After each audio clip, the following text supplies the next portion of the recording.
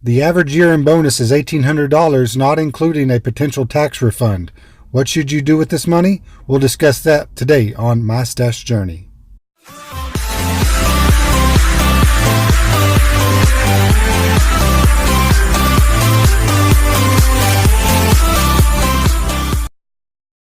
Hello YouTube, and welcome back to another episode of My Stash Journey. Before we get started, I need to make a disclaimer stating that I am not a financial advisor. I'm not giving financial advice, and anything discussed in this video is for entertainment purposes only. Alright, so let's get started. If you're like most workers, you may find yourself with a little extra money at the end of the year, either for the holidays or a year-end bonus based on your performance. Today we're going to discuss some options that help better your future versus you just going out and buying a bunch of random stuff. Option number 1, pay off your credit card debt. Think about using your bonus to pay off any high interest debt. The U.S. average consumer has about $40,000 in debt, including credit cards, auto loans, and student loans. Now add on top the high interest rate being a national average of 17%, that can make a really big difference and make it super hard to pay off. The sooner you're out of debt, the more financial freedom you'll have, including letting you save for a rainy day fund, for a house, or for your retirement. Which leads me to my next topic. Topic number 2. Put that extra year-end cash towards your retirement. Your holiday bonus can help pay you back in the long run if you just invest it towards your retirement. You have lots of options with retirement. Does your employer offer a workplace retirement plan that lets you invest part of your bonus in a 401k? Consider putting your holiday bonus to work here. No 401k? No problem. You can also put it in a traditional or Roth individual retirement account, otherwise known as an IRA. These retirement plans allow you to put aside money on a tax-advantaged basis, either reducing your taxable income for the year or providing you with some tax-free income in retirement. Annual limits on these accounts for people under 50 are $6,000.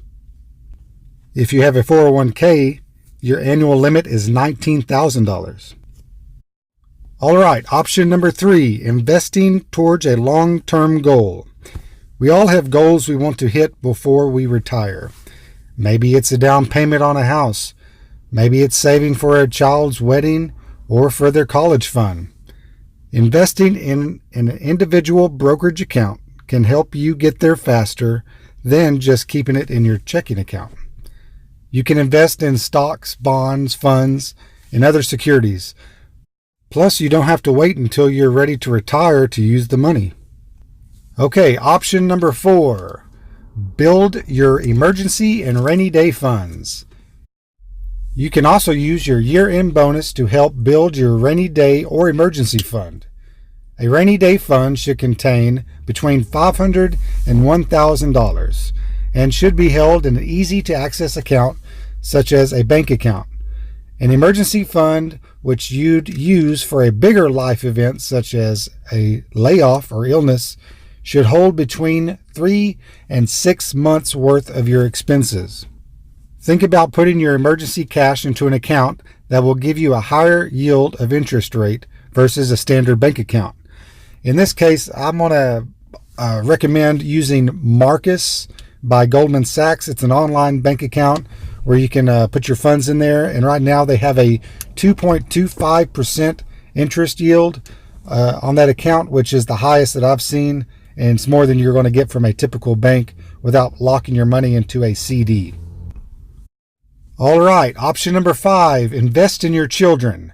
With that extra money in hand, now is a perfect time to set up a custodial account for your kids. We discussed custodial accounts in a previous video. I will put that link in the description below. That way you can check that out and learn all about how Stash can get you a custodial account super easy for your kids.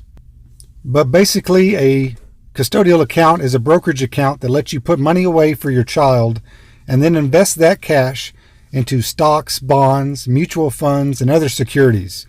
You might also think about funding a 529 plan.